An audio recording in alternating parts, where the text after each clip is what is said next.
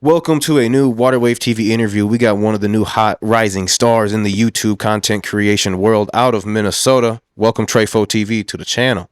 Yes, sir. Appreciate y'all for having me, man. Yeah, I'm trying to tap in with all the YouTubers. Like, you guys tap in with each other a lot, and I've known you for a little while now. Yeah, it's been I feel a like few it years. dates back. I feel like the first time I ever seen you on my phone, you like, I don't know if someone like sent me your video or tagged me in your thing or whatever it was, but it was like some viral video in Dinkytown or something. Yeah, I don't remember what it was. It was like outside of Mesa Pizza. Yeah, You know, it was right outside of Frankie's or Frank's Pizza. Yeah, not Mesa. I was literally like I was just in Dinkytown trolling, interviewing and stuff. I was doing a little troll clip. I forgot what I said to these people. All I know is my cameraman turned and I hear him go, "Oh shit!" And I look, and this dude's getting beat up by like 3 dudes. So I'm like, record. I'm on the mic. I'm just hyping it up, instigating low key. Dude's eyes like gushing blood. Get a zoom in on that. Of course, got to get the zoom in. We posted that clip, and it just went crazy on TikTok, and then I posted it on Instagram. And then I remember, I don't know if it was your guys' page, but I think it was either you or I forgot his name. He's got like the dreads. The Live on Lake Street page? No, he's with you guys. Oh, like Reese? Yeah. I think it was him, and he reached out and asked for the clip. You guys, reposted it and shit. But nah, that was a crazy night. That was like my first time seeing a clip go up like that. So it was wild. Yeah. I remember, and it's just like, oh damn, there's another YouTuber out here that's like out in the field, because it's like I know it exists, and I know there's got to be people out here doing it, but it's fun to actually see someone out doing it and to actually make a clip that goes viral. But now it's like, since then, a lot of more Minnesota creators have been kind of blowing up in a sense. No one's like, making, billions of dollars, millions of dollars like we all want to one day off it yet. But it's the start of something new out here. Right. Like, I feel like, we kind of have all the layers of stuff that happens in a city, whether it's music or clothing brands blow up or whatever it is. But it seems like last year and this year is the year of the creators, whether it's streaming or YouTube. Obviously, like, the biggest one that's doing it is Lofe, and you kind of got tapped in with him. But that's probably how most people have heard of you, is your recent story. But I'm interested to kind of figure out how you started. Like, where did you grow up? What was it like? And when did you decide, let me pick up a camera? You know what I mean? And when did it decide to step in front of the camera? Because I know you do camera work for people as well. Yeah, pretty much. I mean, I've been making videos since I was like 12, 13. Like, I used to be on Vine. Yeah. Made a bunch of Vine videos. Man, I was on Vine. That shit. Vine was where it's at. Vine was fun. But yeah, I made absolutely no progress on Vine. Ended up stopping that. I was focused on basketball throughout like middle school and high school. And then I got back in just making videos again when I went to Itasca, because I used to like film my basketball workouts and stuff, post on my Instagram. And then I remember people would always be like, you should start a YouTube channel. So I remember I made a post on Facebook. A bunch of people was like, yeah, start a channel. I'll subscribe, Dropped my first video when I hit like 25 subscribers. I was back when I used to do public interviews. That's what I started out doing. I was doing reactions. I made video reactions to Prince Riley. Okay. I don't know if you guys know him, Lil Spark. Just a bunch of Minnesota artists. That was my plan. But after I did reactions, I started filming more basketball, and then with a mix of like public interviews. And then back in like, I want to say early 2022, I saw Lofe, a video of Lofe, and I'm like, the background in the scene, this looks real familiar. Is this dude from Minnesota? And I've always known about pranks, but like I never saw myself doing them until I saw his videos. I'm like, man, if he's from Minnesota. If he can do pranks, I can do them too. So I started doing those. And I remember my first prank I did was shopping from strangers' carts. It was at the Target in Crystal. I had so much fun doing it. I'm not even gonna lie. I feel like I remember that video. I had so much fun doing that. And after that, bro, I didn't lock in immediately on pranks. I just kept pushing out like public interviews, but like they were like vlog style. Yeah. So it was more so like, okay, boom, I get an interview, and then I'm talking in between a clip, or I'm just having a regular conversation with someone else. Because like going into these videos, I try to think of some way to separate myself with somebody, because obviously a lot of people have done the same thing, but it doesn't matter like what you're doing, it's how you do it. So I always try to think like, okay, how can I separate my content from everybody else, at least from the people I know about in Minnesota and just like bigger creators that I know, so I can do something with this. So I started just like reaching out to a bunch of creators, and I ended up connecting with YPK Ray, and that was back when he used to live in Minnesota. We ended up doing a park Okay. takeover. That's the basketball guy, Yep. right? I didn't know he lived in Minnesota for a while. Yeah, he stayed out here in like what 2021 through 2022. I don't know if he Hmm. went to college out here Yeah, I or didn't even know that. yeah. Crazy. I think he blew up here or he was already Interesting. kind of big, but Yeah. yeah, I ended up connecting with him and we did a park takeover, and that was hella fun, bro. We probably had like 200 people come out. Damn. So around that time, I was still, as you can see, I was doing like a bunch of different types of videos. Yeah. And somebody told me like to niche down. At the time, I didn't really know what niching down means, but thought about a bunch of stuff. I ended up stopping doing basketball. Don't get me wrong, I love basketball, but I didn't want people to see me to like come on my channel expecting like competitive 1v1s, competitive 5v5s, Yeah. and stuff. Like y'all just watching me do whatever I like to do. So I thought about like the pranks and like the mic'd up vlog scene, and it kind of resonates a lot more with me. So I did I forgot what was the video. Oh, I did a prank where I was going in the stores and I would give people apples and be like, oh, can I pay with Apple Pay? And obviously, and I'm getting free food. I'm making people laugh. Some kids like, oh, are you famous? Bro, I got 700 subscribers. I don't know what you're talking about, but it was just like all around good vibes. So I'm like, yeah, I think this is definitely the content I want to make. So I'm stuck with that. And then, yeah, basically 3 years. I started doing this for like 5 years now. Nice. Yeah, I feel like ever since I've seen you do it, you've been taking it seriously and being consistent and stuff like that. Because I feel like, what is the issue? I'll move the mic a little bit closer. Yeah, just push the bottom part a little bit closer to the edge of the table. Just pull that to you. Yeah, I was thinking it might help to just be a little bit closer. Yeah, that's better. But being super consistent, I think, in like niching down, like you said, like even with Water Wave, we do so much random stuff sometimes that it kind of hurts a little bit when you're covering gaming, covering sports, covering music, covering clothing, covering funny streamer clips, posting about politics. Like when you're doing a little bit of everything, you get followers for something and then they get like, oh, I don't want to follow this about something else. So it's like, it's kind of a learning curve that you kind of got to go through and figure out what is worth, picking. Yeah. And you obviously, you consider yourself like a comedian, like a prankster, or like what niche are you kind of trying to niche down to? You know what I mean? Like you kind of are in that Yeah, I field, but consider myself like, I really just call myself like a mic'd up YouTuber. okay. A lot of people they call it like back when, because obviously pranks have been around for years, but there was like really like two main waves. There was back when like FoozyTube and all them used to make pranks, and then the fake pranks started like getting canceled and all. So a lot of guys got canceled, and some people stuck with it, like Big Doss TV, Yeah. older creators like that. And then Danny Duncan came up, and he did his pranks differently. He started, it would be like the same type of pranks, and then obviously like crazy vlogs where he's just doing the craziest stuff. And then more and more people started catching up onto that, but people started calling it the mic'd up cult. Okay. So I don't really consider myself a part of that. I feel like those were really that second wave creator, like Lofe, Canel, DAJ Harden, those big Balin guys. I feel like, Levine. yeah, Balin. I think that's the mic'd up cult. But Okay. I just consider myself like a mic'd up creator. I do pranks, and then I do like little troll vlogs and stuff. But I've been thinking about like bringing basketball like back into my videos, but I just want to make sure like I do it in a way to where my videos don't change. Yeah. You know, Like you're still, because basketball is a big deal in Minnesota, and we got a lot of people that, especially the high school scene. Like people do come up, so there's like definitely a crowd for the basketball niche in Minnesota. Yeah, most definitely. For sure. So I think it'd definitely be worth it.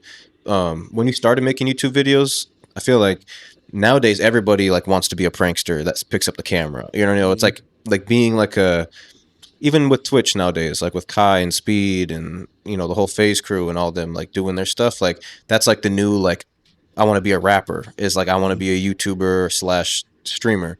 So it's a pretty competitive field. Have you basically, I'm sure you've kind of noticed, but like you're putting out probably what you think is like the same high level content, but it's hard to grasp these people because they like watching their certain creators. So what do you try to do to basically separate yourself from that?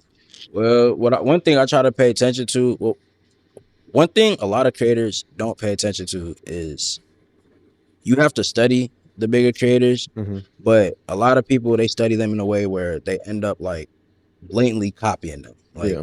whether it's their personality, how they execute the idea, or whatever. So me, I always just try to think of like, let's say a prank, for example. What's like a moaning in strangers' ears prank? Yeah. A lot of tons of creators have did that, you know, but not everybody's gone viral. Yeah. Only certain people are gonna go viral because it's all about how you execute it and how you navigate it. So I always think about like what's a line I can say, you know, what's a different approach I can do as I do this prank, and not even just pranks in general, just like regular vlog ideas. It's just, I don't know. A lot of people just run and gun. They just pick up the camera, they just go about it. But me, I've been trying to plan a lot more recently. Yeah. Because a lot of my videos, like last year and the year before that, were more so just run and gun ideas. But I feel like this year it's gonna be a lot more, you know, thought of Yeah. plans. You know. Yeah. And I think even me being like a creator and trying to do funny stuff, even at a small scale of like hearing an audio on TikTok and wanting to use the same joke that you've seen, but not feel like you're just stealing someone's joke. But you know, like, oh, there's going to be like 1,000 people that go viral off of putting the same caption or doing the same mannerism to like a trendy sound or whatever. And it's hard to find that medium of like, how can I change 10% of this and make it original? You know what I mean? Like, it's like, there's a saying, I don't know if it was Virgil Abloh, or I think it was, when he said like, you only need to change like 3% or like 4% rule or whatever it is of something to make it like seem more original. And that's why a lot of his designs and collaborations with Nike and stuff are like super simple and just small additions or changes from clothing to brand to design, because you can take what's working and just change it a little bit and it's perceived as like an original way to do it. Like you said, like finding, small things, how you enter like the moaning in the ear prank versus like it's how someone else did it. Like try to find an original way to do it. Is there any original pranks like that you came up with that you're without an outside source of like, oh, I seen that? Because like one of the original I know it's pranks I hard, but did. One of the original pranks I did, it was like, was it 2021? No, I think it was like 2022 or 2023. I did if you've seen the like the drinking bleach pranks, like the stuff like that, I did drinking perfume. I spent like 2 hours cleaning out a Bath and Body Works perfume body. I said bottle. But I spent like 2 hours cleaning out one of those bottles, and the tops, they're like, I don't know, they glued on or something. So it was a bunch of work. So I knew like, okay, obviously if I can get the water in here, the people are gonna believe this. They're not gonna think it's nothing. The very first clip I go to this lady and I'm asking her, I have a real one and I got, my one with water, and I'm like, which one do you think my girl will like? I don't know, she like it sweet or tangy. She's like, sweet. What do you mean? She smells it. I'm like, I don't know. I sprayed it and she tries to grab me. Well, she just starts going crazy. But that was one of the original pranks I did. And then recently I did drinking laundry detergent. Nobody did that.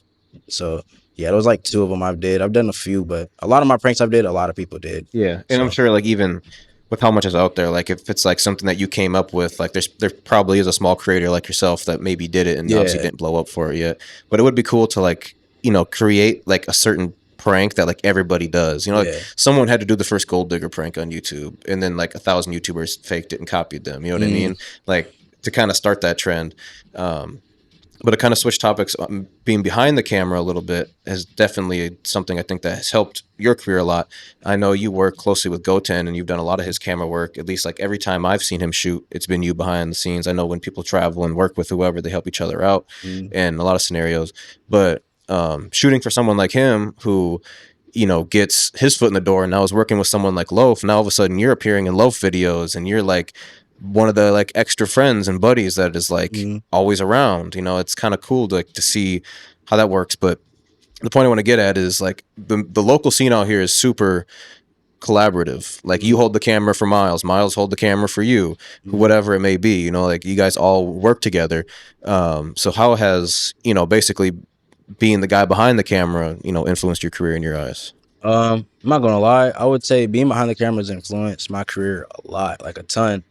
It's definitely like one thing I've always thought about is I don't really care too much about collabing with creators. Like I'm more so just trying to like network and have genuine friendships with other creators, especially if you do the same type of content I do. And like, so one thing I always offer, like, oh, I see you don't got a filmer, so if you need help filming, I'll help you film. And that was just something that tapped me in with a lot of guys. Like, I filmed videos for Zach Breen, obviously Miles, Goten, my boy Yoke. I filmed videos for a few creators out of state. Like, I feel like that's just something I've kind of made sure I've been able to be good at, and also just put myself out there to help people, because it's made myself valuable in a way, I guess you could say. But also just like I enjoy doing it. It's fun being behind the camera. It's like watching a YouTube video without the cuts. So Yeah. So do you do a lot of editing too then? yeah, I do all my editing. Okay.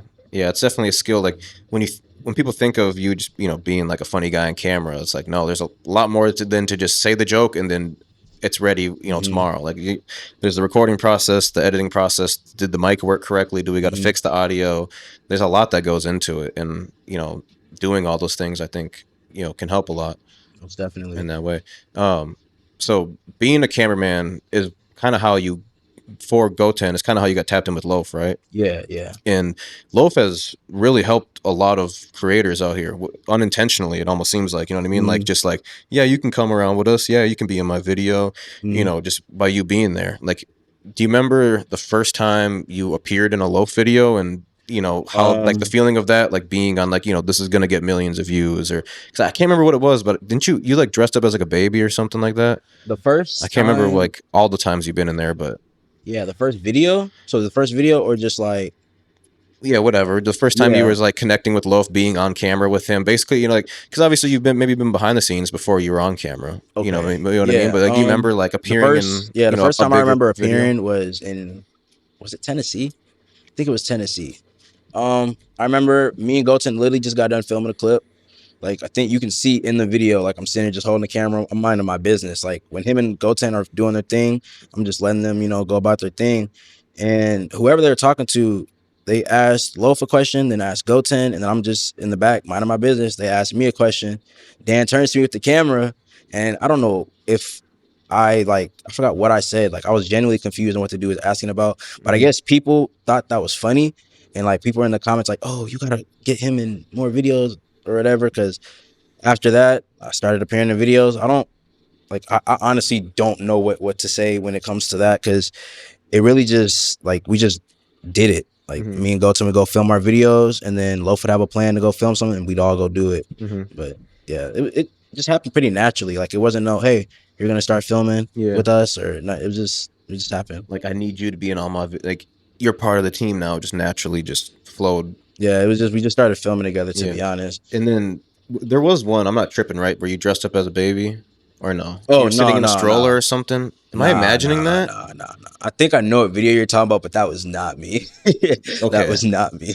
What did you do? You've done stuff where you've like been like, all right, I'm gonna be on camera though, right? Yeah. What are some of the ones you've done with Loaf? We in Miami, we trolled Kobe Covington. He was like the number 3 ranked. Yeah, you got punched by him, right? Yeah, we all took the gut punches, but I had to spar him technically twice, because we walked in first. I think he knew I was coming. We were all coming, but he didn't know we were gonna, mess with him. I had like a belt. I'm like, I'm a sensei, this and that, Bro tells me basically to all of our face, like, we're about to clean up the Mac, get everybody off so I can kick your sensei's ass. I'm damn. We ended up sparring. I tried to tackle him. I don't know why. I don't know why, bro. But I didn't want to swing. I don't want to get too close and get hit. So I went for a tackle, and bro picks me up, and I'm upside down. I'm like, oh my God, he's about to pile drive me. He puts me on the ground. He's like, I'm damn near choking me out, but I'm tapping. I'm like, nah, bro, let me go. And then one by one, I think, do you know who Lefty is? Yeah, Lefty spars him. He fucks us all up, bro. And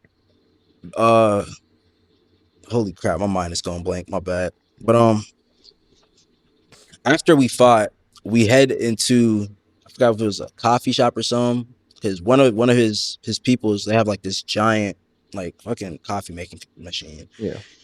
All right, but yeah, after we sparred, long story short, everybody spars with him. We all lose, we take a big group picture.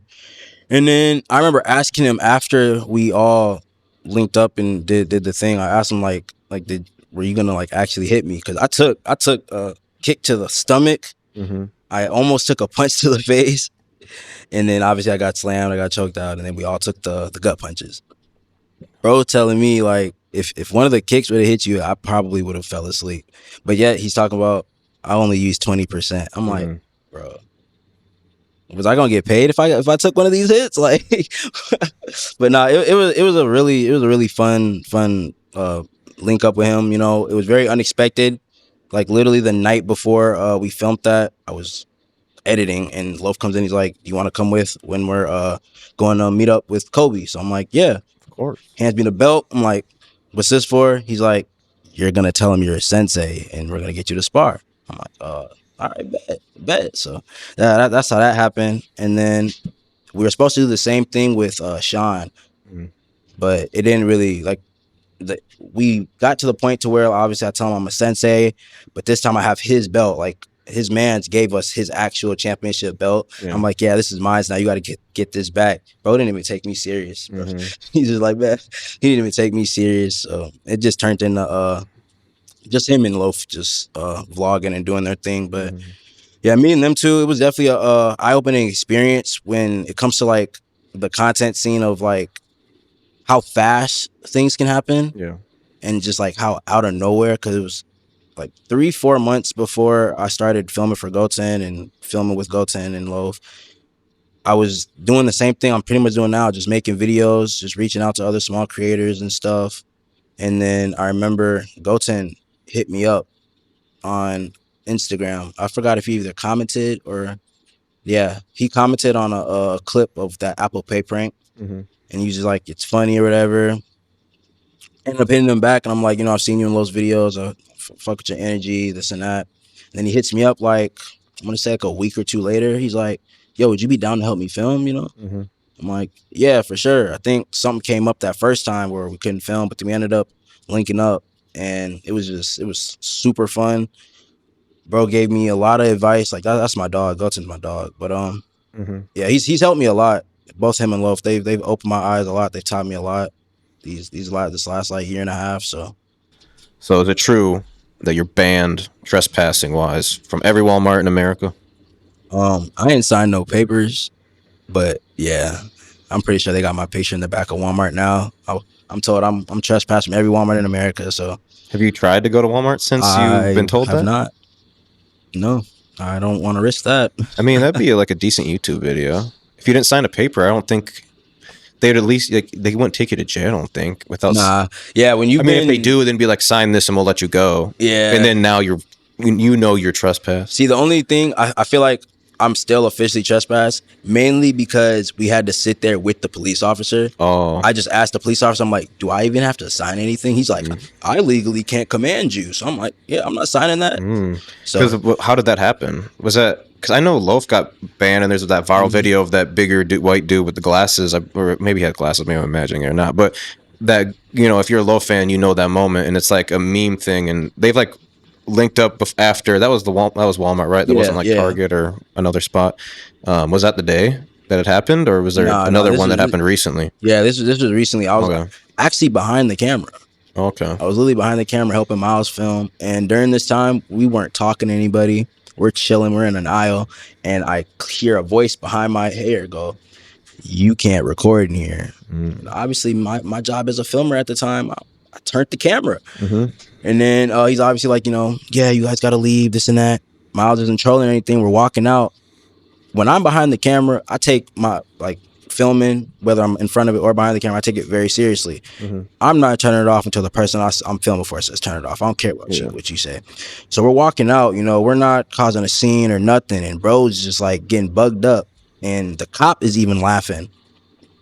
Bro's like, you know what? We're going to do an official trespass. He ends up getting the papers, you know. Obviously, I don't sign it, and that's it. Like, literally, we was in the store for maybe 5 minutes. Like, for nothing. We get trespassed from all Walmarts. And that's not the first time that's happened. Is there video of it on the internet that I might have missed? Or did you guys not drop the video of y'all getting trespassed? Yeah. It's on Miles' most recent one. Damn.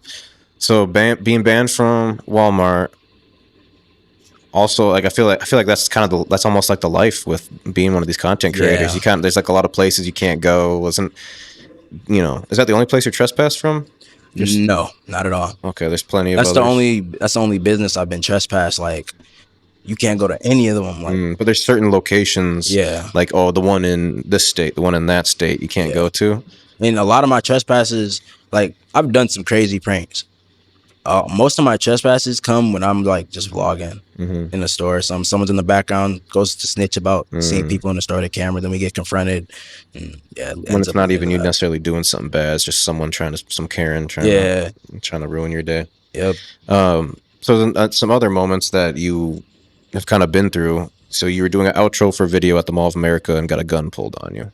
Yeah, that was crazy. And I didn't even notice it happened until looking back at not looking back at the footage, but after my cameraman told me, because I was doing a stolen laptop prank where I would set a laptop by people, ask them to watch it, and then Miles or whoever else I was filming with would come in and fake steal it, make a little scene.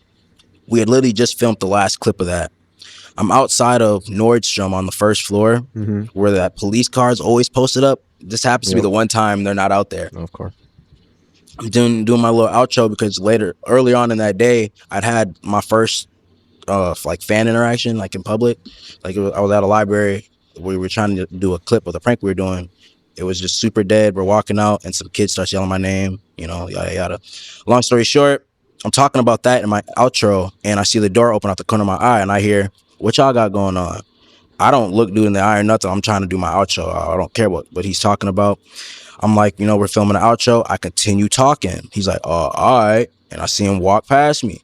I see my cameraman's eyes like all wide and stuff. I'm wondering like what he's talking about. So after doing my outro, he puts it on the camera. He's like, "Bro, he put out a gun. He put out a gun." I'm like, what are you talking about? Are you sure? We look back at the footage, and like as he was walking out, I guess he's walking out with both his hands in his pockets. He's like, "What y'all got going on?" Right as he says that, he pulls it out. I'm like, whoa.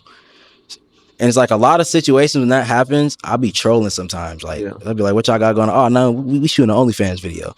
But it's like, bro, if I would have trolled, who knows what would have happened? Yeah, he just came in hostile for no reason. Bro. It's not like you pranked him and then he'd pull it out. Being a hothead for no reason. Jesus. Yeah, so you got to be careful out here too. It's not the safest job in the world. It's definitely not a safe job. There's definitely been some pranksters that have been in some situations. Shoot, I've been in some other situations, not like with guns or anything, but I got basically hunted in a store in Florida. Some dude with dreads was like hunting me, like just trying to chase you around the store. Yeah. We were doing like a compilation vid for my boy Jimmy Rose's channel. He was like having all the YouTubers that were in the house do a fart prank. Okay. And he has like these little things, they're called pooters, where like you put your thumb on it and it makes like the fart sound or whatever. And I did it to this dreadhead dude. I didn't think he got mad, I'm like, "Oh, where's the bathroom?" I'm doing a little prank, and he walks away. And I hide, I'm laughing or whatever. And next you know, Fred, he comes to me. He's like, "Bro, he's looking for you. He's looking for you." And right when he says that, I see some dreadhead dude zoom past the aisle. But Fred was standing in the way to where like he wouldn't have saw me. I'm like, "Oh shit, this nigga's looking for me." So now we have to navigate our way out of this Publix without bro seeing us. And then as we get to the door, I look and bro's at the register just eyeing me, bro. I'm like, "Oh, let's get the fuck out of here, bro." Like, Florida's crazy. I'm not gonna lie. Yeah, Florida. Yeah, especially when you're out of town and the whole, in an area where you don't know what to expect. Like, I don't know. It's a blessing that you get to travel for it, but you also get to meet people that you may think would be fine to do in Minnesota. Yeah. But you try to pull that shit in a different area, they take it a whole different way. Yeah. Even some crazy pranks. Like, I don't like doing like quote unquote like disrespectful pranks. I just like doing pranks where I'm more so the butt of the joke, or even if I make someone a joke, the joke, I try to navigate it in a way where like they're gonna know it's a joke. So if they choose to get mad, I'm not gonna lie, that's on you. I'm not trying to make anybody's day bad or anything, but like I've accepted that not everybody's gonna like what we're doing. Same with like hate comments and stuff. So I'm definitely prepared for certain things to happen. I'm gonna try my best to make sure things don't escalate, but yeah, it's part of the life, to be honest. Yeah, and some maybe safer areas to do it where you probably shouldn't risk getting a gun pulled on you. Is college pranks. You do you've done like the drinking during a lecture prank, blender in the library. Are you trespassed from any colleges? Nah. Okay. What's the thought process on like are doing a prank in college? Like let's say the drinking during a lecture prank. Obviously, you're just getting let into some random class that you don't attend and just kind of just having some fun for like 5 to 10 minutes, causing a scene. Right. What is the thought process? Is it a little more nervous? Are you I feel like I would be really nervous to do some shit like that. Bro, that I had to edit out my heartbeat when I was doing that prank. You could hear it on your body mic? Yes, you could hear my heartbeat, bro. I was so nervous. But what made me do that prank was literally like a week or two before I went to San Diego with Lofe and Goten, and they did a lecture prank at San Diego State, and like just seeing like their whole process of like how they planned it and all that. I'm like, I already wanted to do one. I didn't know what I wanted to do yet. But right when I saw them do it, I'm like, okay, you know what? I'm making this happen when we get back to Minnesota. I instantly started planning, thinking of pranks to do. And I wanted to do vaping at first, but I'm not gonna lie, I was a little too bold for me. Yeah. So I'm like, let me drink some alcohol. Something that doesn't affect maybe people around you. Yeah, as much. Not it wasn't real alcohol, by the way, people. Okay. I'm not that dumb. But yeah, I get a little peach Amsterdam bottle, bring it to the school. My plan was to get there like before the lecture ever started, so I could like find the perfect sitting spot and all of that. But I wasn't able to do that. So we just walked right into the class, like while it's going on. Thank God we were able to find a good spot. But it took like 10 minutes for me to pull out the alcohol from my bag and start the prank because I was like so nervous. Yeah. But once I started doing it, it just started flowing. And the professor was cool as hell. So yeah, because I feel like it can go one way or the other. You're gonna get the utmost of whatever penalty you could get, or it's just gonna be like you get out free and no one, just get out of here. Yeah. So was that one of your more viral moments? I wouldn't say my most viral moment, but I feel like it was definitely the craziest prank I've did. Okay. Definitely the craziest prank I've did for sure. Do you know which video is like your most viral moment? My most viral moment, I got a few. I got this one clip of this lady I like ran into. I don't want to call her a crackhead, but I ran into like a homeless lady, and she's like asked me for a cigarette. I don't smoke cigarettes, so that's basically what I'm telling her. And then I'm telling her she shouldn't smoke cigarettes, and then she goes from, "They make me smarter. I went to Harvard. I like crack." I'm like, whoa. Posted that. I got 1 million views on Instagram. I got 1 million views 2 times on TikTok. It got reposted like 3 different times, millions of views. I don't know what about this clip, but every time I post it or it gets reposted by anybody, it just goes crazy. But that was one clip. And then I had a clip where I was in London Byerly's, and me and Miles were like just walking around the store, chilling, trolling people. And I'm talking to an employee, and we're talking about, if you quit, we'll give you an NIL deal or whatever, And bro's like, we're thinking he's cool, whatever. He starts walking away. We're like, "You're not going to snitch, are you?" He's like, nah. We're just chilling in the aisle. 5 minutes later, he comes back with some lady, and then 2 other ladies go from the other aisle. They block us off, and the one lady he came with goes directly for my cameraman and tries to grab the camera. And I cut her off. I'm like, stop, don't do that. And we ended up getting kicked out. It was super big chaotic scene that it didn't need to be, but I posted that clip. It got like 700K on Instagram, and then I posted it recently on my Snapchat Spotlight. I don't know if you're familiar with Snapchat Spotlight, but I posted it on Snapchat Spotlight. I got like 2 mil, I think. Nice.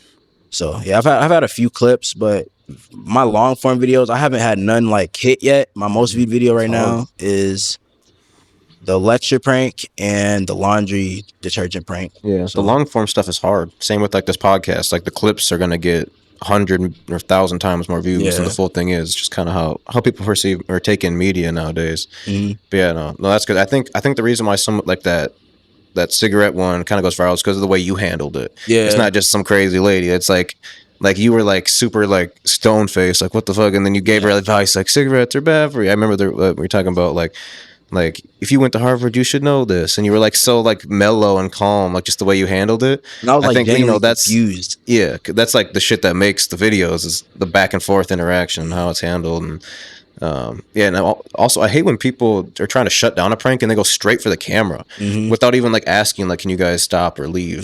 Because it's like you're going straight for like the biggest liability on yourself of like potentially breaking someone's camera. That's, you know, thousands of dollars, and now it's like you can't do that. You just it's like taking someone's phone and slamming it on the ground. Yep. Like no matter, like, you can't do that. It's not, you know, if you want someone to quit recording and leave and you tell them a few times and they don't listen, like they can get in trouble for that. But it's like you're going to immediately get in trouble if you go and break someone's camera. So I never got the logic of like people thinking that they should just go straight for the camera. Right. Doesn't make sense to me. Nah, I definitely don't understand that too, especially here in Minnesota, because I feel like anybody, I don't care what state you're in, what country, whatever, if you want to do the type of content we do, you have to study your law. You got to study your law, whatever state you travel to. You got to know like where it's illegal and legal to record at, when can you record, whatever. But here in Minnesota, we're a one consent party state. So like I only need, as long as I'm in the camera frame, I can record whenever, however I want to. Obviously I can't walk in someone's house or a bathroom or something like that, like places where, you know, privacy is literally expected. But anywhere else, like in a store, a library, a college campus, whether I'm inside or outside, situations where people are trying to grab a camera, especially here in Minnesota, you're bugging. You're gonna be the one catching the charge. Definitely. Well, is there anything else you'd like to add before we send it off? Shoot. I feel like we kind of talked about a lot there. Anything I'd like to add? I mean, you're an inspiration to many. You started from your own ideas and now you're working with the biggest. You know what I mean? Like literally, and it's you know, we're lucky to be in the state, you know, with someone like Lofe to be able to get these, you know, brick by brick, you know, big step opportunities. But like, you know, you're the proof. I think one thing I like to add is anybody that comes from a low income, like family, household situation, whether you're going through it currently or you went through it in the past, your situation, your past, you know, the environment you come from does not define where you come from, and you do not have to be a product of that environment. You feel me? I've lost a lot of like homies and friends and just acquaintances to gang violence, drugs and stuff.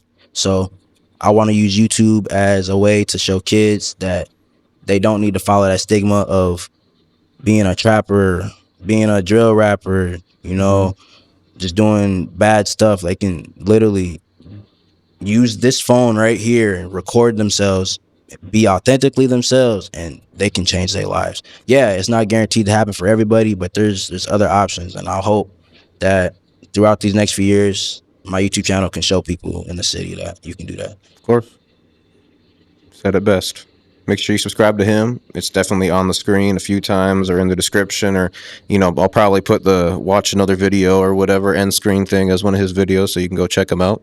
But yeah, subscribe to him. Subscribe to us at TreyfoeTV on all platforms: Instagram, TikTok, Twitter. Actually, X, not Twitter anymore. I still say Twitter, YouTube, whatever. Snapchat Spotlight. I forget to use Snapchat. That's like an outlet that, like, dang, I need to be posted on there too. There's so many platforms. But it's at TreyfoeTV on everything. TreyfoeTV on everything. Sure. There you go. Shop with us at 1521 Como Avenue, Southeast Minneapolis, Minnesota. You know, we got vintage, we got clothing, we got streetwear, we got sneakers, all the things you need. Anything from a $5 t-shirt to a $2,000 off-white jacket. We got it. Shop. Come check it out. But we out. Peace.